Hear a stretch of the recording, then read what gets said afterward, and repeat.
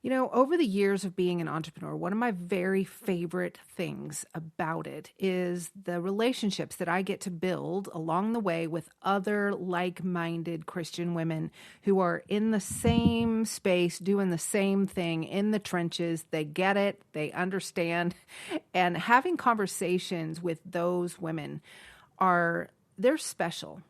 And today you get to have a peek into one of those conversations. I get to introduce you to a friend of mine. We're actually in an informal mastermind together. We might, I think, mention that in this episode a little bit, a little nod to that group of lovely ladies. But today you get to hear my conversation with Andee Hart. Andee is a beautiful, energetic Christian entrepreneur. She's a sales strategist. She's a mentor. She also hosts a podcast of her own called She Sells Differently. You might want to tune into that. And then while working as a sales executive for a Fortune 500 company, Andee started a passion project of making candles in her very own kitchen. And what started out as a side hustle with her candles in a handful of local boutiques quickly blossomed into a wildly successful wholesale business. Along the journey, her passion of teaching and helping other people led her to create She Sells Differently. And she now transforms how female entrepreneurs approach selling, combining a countercultural strategy and personal integrity to enable their businesses to really thrive in the very competitive markets today.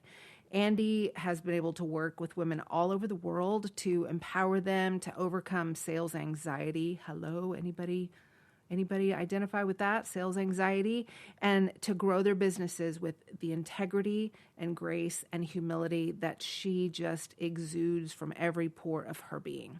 I really hope you enjoy our conversation today as much as we had having it. I'll give you a little sneak peek. It's actually a part 1 of 2. We'll finish the episode next week on the podcast, and you're going to want to be sure to listen to that. But today we're going to talk about everything from imposter syndrome and how we deal with that as Christian entrepreneurs to being in rooms with women who challenge and pull us higher. And so without further ado, listen in to my conversation with Andee. Jan, I'm so excited you're here. It's going to be a great conversation. This is a fun one because you and I have become biz friends. We'll give Lindsay a cheer. And so neither one of us have ever done a podcast like this, but we are going to do more conversation style for our listeners out there. What is really amazing about Jan and Lindsay and Gabe Cox, we've kind of just started this fun little peer mastermind. We meet once a month. And so we are all women of faith, Christian business entrepreneurs. And so even though we all serve different audiences, so many of the things that we're going through as entrepreneurs and our topics kind of intertwine. So today we are going to really dive into the conversation about the scarcity mindset as women entrepreneurs. And I would love to hear from you, Jan, just kind of an experience maybe you've had in calling that out for your own business, or when you have operated more from scarcity, what that looks like. This is such a hot topic. Like I could do know. so many hot takes on this, right? But I feel like the best example that I can give you, and I think there will probably be some heads nodding as they're listening to this, is when I first started my business, I literally thought that I had to take every $27, $47, $97 client who said yes, no matter what they needed, because I needed money. Yes. And it was the biggest beating. My goodness. Yes. I'm the one that's over here like nodding my head. Before on my podcast about that not everyone is your customer. And sometimes the time and the energy that you have to pour into those customers that are not, when you're thinking about your time value of money, it is insane. And so that's definitely a good one, no matter what industry you're in. Yeah. Right. Yeah. Well, and also I think so many entrepreneurs fall into this category of we can do a lot of things. Like most of us can do a lot of things. I don't know about you, but when people come to me and are like, oh, can you help me with this? How much would you charge me for this? like, part of me is, oh, it'd be great to have some extra income, but also that part of me, like my heart-centered part is like, I really Mm, wanna help this person, and so I'm gonna spend my time and do it for a price that they can afford, even though it is really undermining the value that I can bring to the table. I think I got to a place in my business, and even more recently, just real clarity on what I really want to do, not what I mm. can do, but what I want to do. And it when you reframe all of that, it really does, it changes how you show up. Yeah. So diving into that a little bit, talk a little bit about how you came to that where you had that clear focus on your niche, what you enjoyed versus what you're Oof. just good at. And what Yeah. did that actually look like in practical terms for your business? Oh my gosh. Well, it's still evolving. Let me just tell you that. It's still Always evolving. is, right? Always evolving. Yeah. I think, sometimes we can be afraid of the evolution of a Mhm. business and even ourselves as women and as Yeah. entrepreneurs. I think thinking about evolving into what God has next for us can be really scary, and that, I think, holds us back. I think that's part of the scarcity mindset. Am I gonna have what I need to step Mhm. into this new place? But for me, over the years, it's been that I just get I've gotten tired of Mhm. doing a lot and working a lot for very little to show for it in my bank account, if I'm being Yeah. honest. Yeah. I think we've And I just all don't wanna do had it that. anymore. Yeah, Yeah. I don't wanna do it anymore. I think we've all had that, and then we see these entrepreneurs out there that are saying, "I have a multi six-figure business or a seven-figure Right, business, and I work, 10 hours a week," and you're right. like and that's like, I want to get there, right? But, especially if you are just starting out, but I think what a lot of times they don't talk about is that they had to go through the transformation and the Absolutely. clarity that you're talking about to get to that point. It Yeah. rarely happens like month 1 or year 1 as an Oh, sure. entrepreneur, No. you know? I mean, we don't see the background, right? And we also don't see this is my own personal opinion, this is one of the hot takes, okay? So Yes.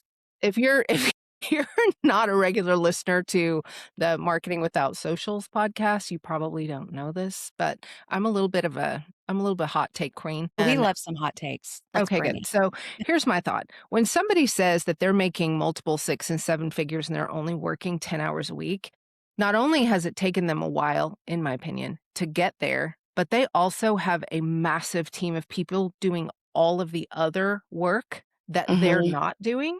Because I don't think, I mean, correct me if you think I'm wrong, but I don't think it's possible to run a 6 or 7 figure business on 10 hours with nothing else working and no one else working in the background. You just can't, I mean, it doesn't work that way. Yeah, I will say for me, one of my biggest roadblocks, and I know where this comes from, just talking about having a team. When Mhm. I left my corporate job, I was a global sales director. I had managers of teams that were reporting into me. So my Right. whole organization was pretty big that I was responsible for. And as I left corporate, one thing I knew, I was like, I do not want to manage a big team. Like, I'm Mhm. just done in that Mhm. in my Mhm. career. And so I think as entrepreneurs, we see that mentality sometimes of like you have or you want to build this huge team. And I am here to say it is okay not to Sure. go Yeah. against the grain there.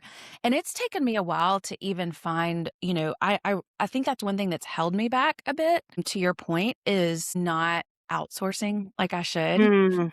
'Cause I Mhm. think we all have that mindset sometimes of, "Well, I can just do it myself quicker." Mhm. The reality is you can, but you keep on doing that, and it ends up taking you, what, 3 or 4 hours of your time each week when you can outsource that, and Right. it's that time value of money, and so I've just recently really, onboarded an assistant a little bit, given her more capacity, more to Mhm. do, and that is I can already see the life-giving nature of that. Mm. And yeah, so I agree with you. It's a lot of times it is having a big team. I think people that scale really fast and scale their team really fast, you also hear the stories on the opposite end of they're like burnt out and Yeah. they burn it all down, Yeah. Yeah, for I sure. don't want to do that. Yeah. So, I think scarcity mindset can keep us from onboarding people that we need to help us, that can really help us scale to that next level as well. And yeah. so I think it just all plays into each other. Yeah. What do you think about like the scarcity mindset as women, like Christian women? You mentioned earlier you were talking about pricing. I see it show up in pricing one, but then Mhm. you also talked about discounting, which is part of that. But almost over like giving too much, I think Yeah. is a piece of it.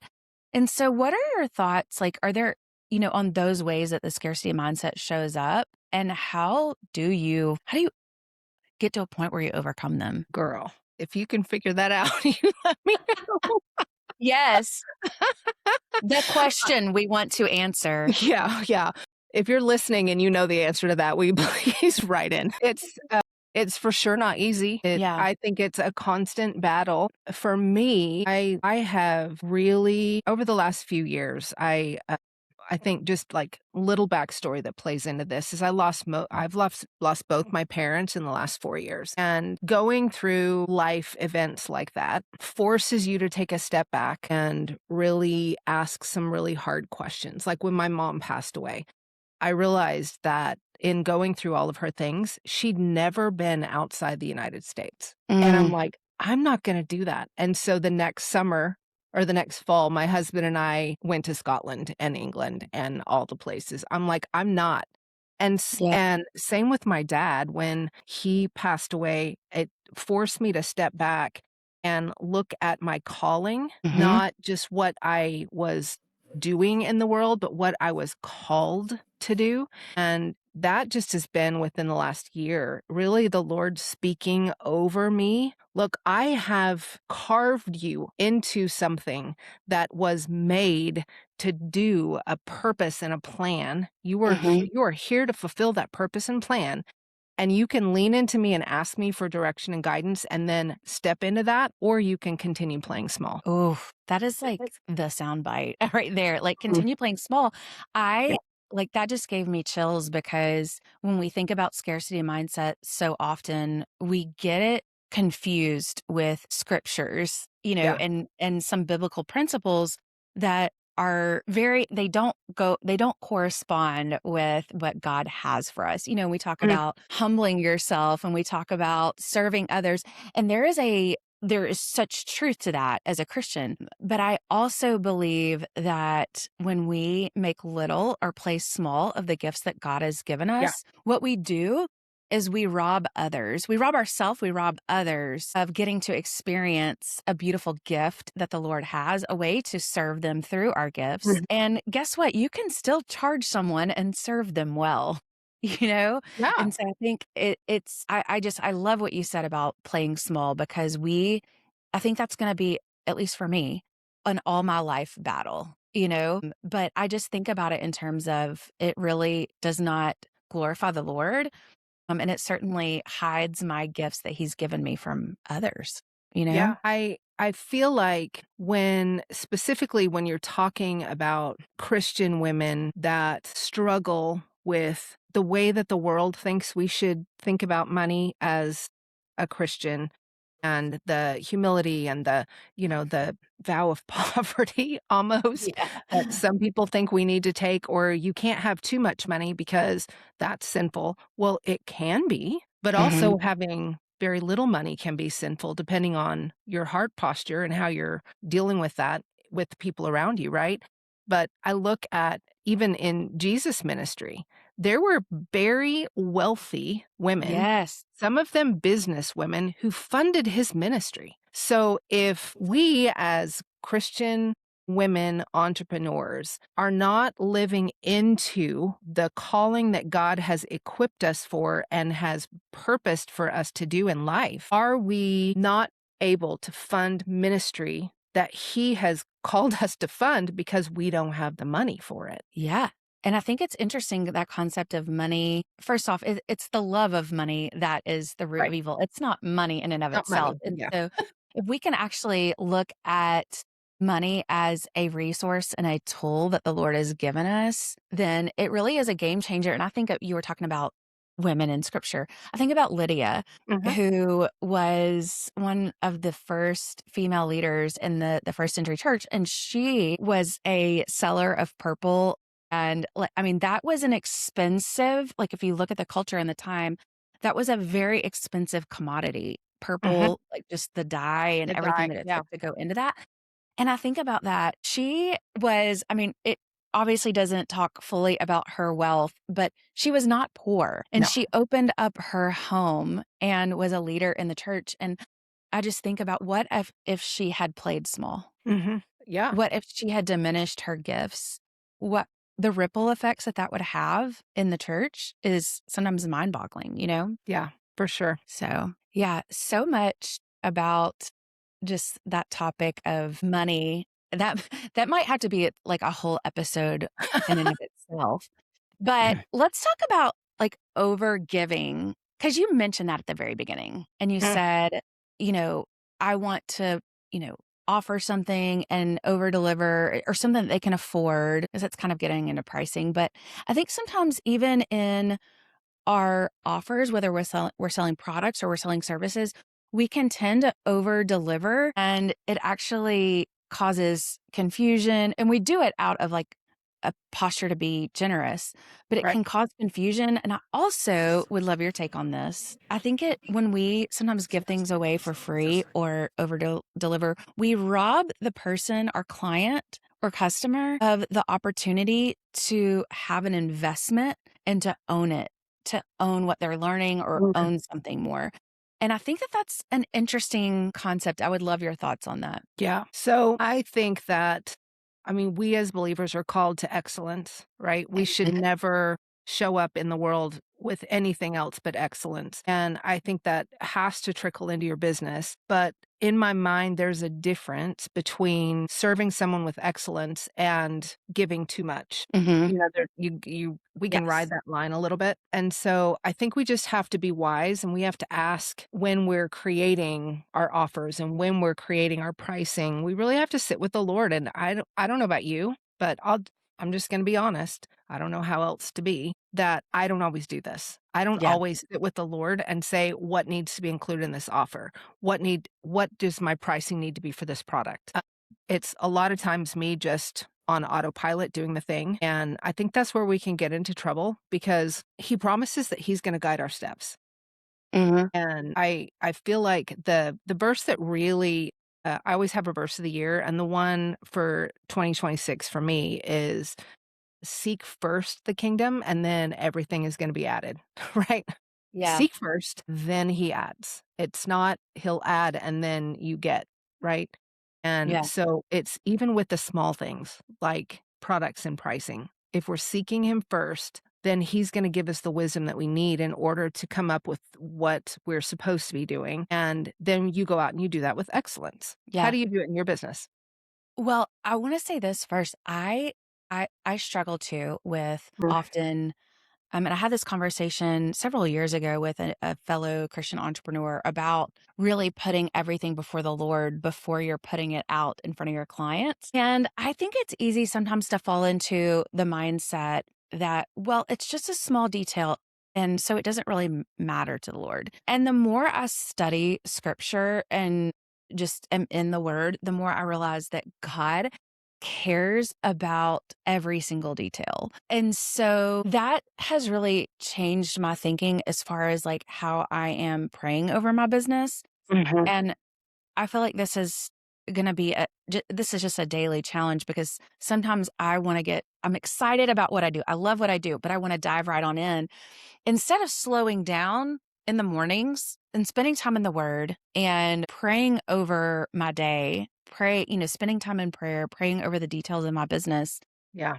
And I find that I have a lot more clarity and purpose when I slow down and spend that time with the Lord in the morning, and it's very, very interesting because I'm a fast mover. Like I have an idea for an offer, I wanna put it out into the world, and I think Mhm. a lot of times the Lord is like I feel like he's like that vision of like me trying to run, and he's just like holding me, like, "Hold up, Right. chill out a minute," you know? So, yeah, it's something that I constantly struggle with, but the one thing I do know is that the Lord cares about the details, and He's been evident of that in my Mhm. business all along. Yeah. I think I think for me, when I feel the Lord nudging me in a certain direction or sometimes shoving me in a certain direction, Yeah. I'm going through the shoving right now, then I can get in my own head and go through that loop, where I'm overthinking things. And sometimes I can even say, well, I don't have clear direction from the Lord yet. Mhm. Really? Do you really not have clear direction? Didn't he Yeah. shove you in this direction or gently nudge you or lead you in this direction? And are you second guessing because the enemy is getting in your head and whispering things to you that can derail you from the plan and the purpose? Mhm. Because that happens a lot with me. Yes. And I think overthinking is one of the enemy's biggest strategies for entrepreneurs, causing us to get into that loop and never move. Yeah. And it leads to inaction. Yeah, I have to guard against it all the time. Yeah. I think for me that I'm actually you calling that out right now is very interesting because I am in that overthinking period of Mm. my business that I know I have a good offer. I've actually put a survey out there in front of my clients. It's validated, but feeling like and I think this goes along with it, but it has to be perfect Yeah. before I put it out there, and that's Mhm. the overthinking Right. in me. And one thing I know about myself is I'm a recovering perfectionist, and the enemy uses that in my life and in my business in so many ways.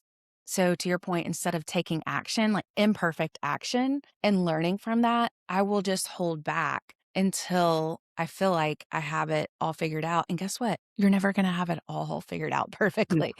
No. So, yeah, I feel like that. And I also feel like distraction is another tool that the enemy uses Yeah. in my life and in my business, Oh, just for sure. distracting me from, like, the clear path that the Lord has, and I think a lot of times, business and we overcomplicate it just as we overthink, we overcomplicate Mhm. everything.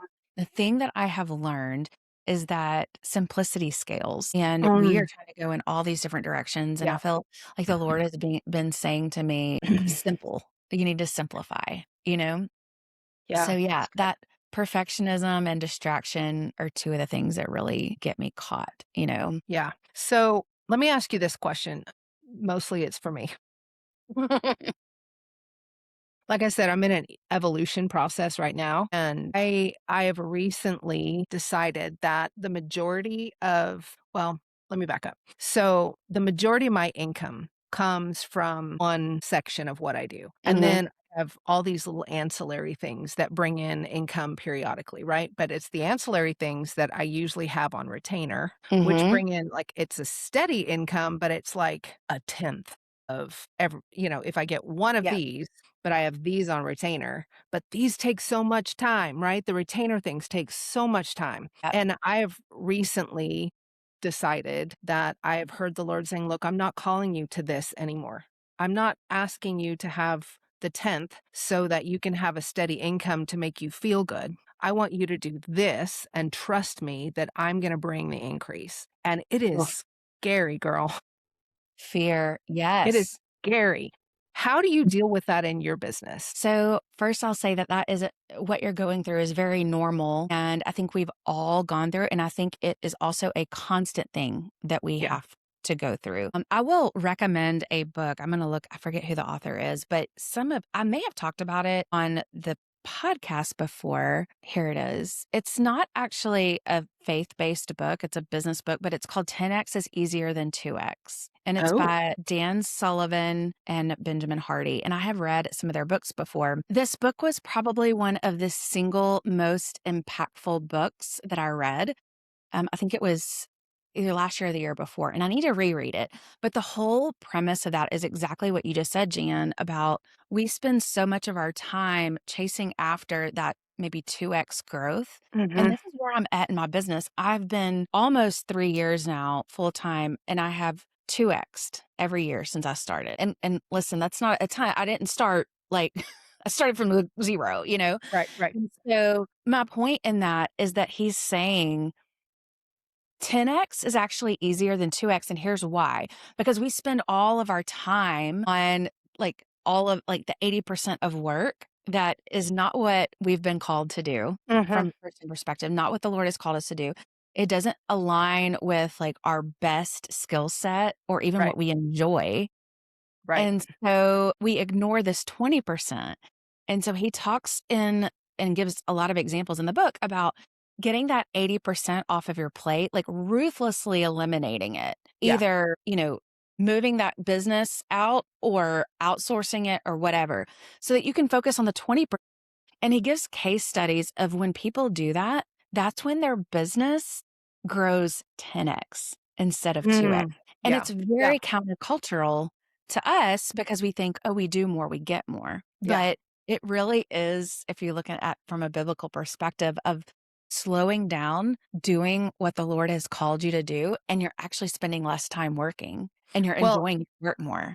and it goes back to that scarcity mindset, right? So in order to Yeah. do that, you're gonna have to have some help if you're gonna keep these things on your plate, or you're gonna get rid of them altogether. I'm doing that right now. I'm like, these Yeah. things that take up so much of my time, I'm like, "Look, I would rather manage for $50 and give all the rest of that income to somebody else, and then keep getting the $50 for managing humans," which I love to do. That's what I do. I'm a chaos Yeah. wrangler, right? I don't wanna be doing the social posts and the video editing and all the I don't wanna do that anymore. I just don't. Yeah. It does not bring me joy. It Yeah. sucks the living life out of me.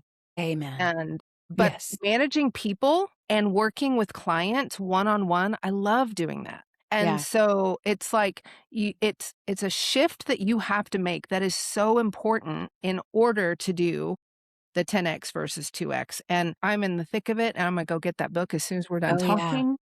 I wish I And could just hand it to you because I think it's right behind me. What? I it actually may be in my Audible, and I've just never read it, which is Oh. if that's the truth, that's a shame.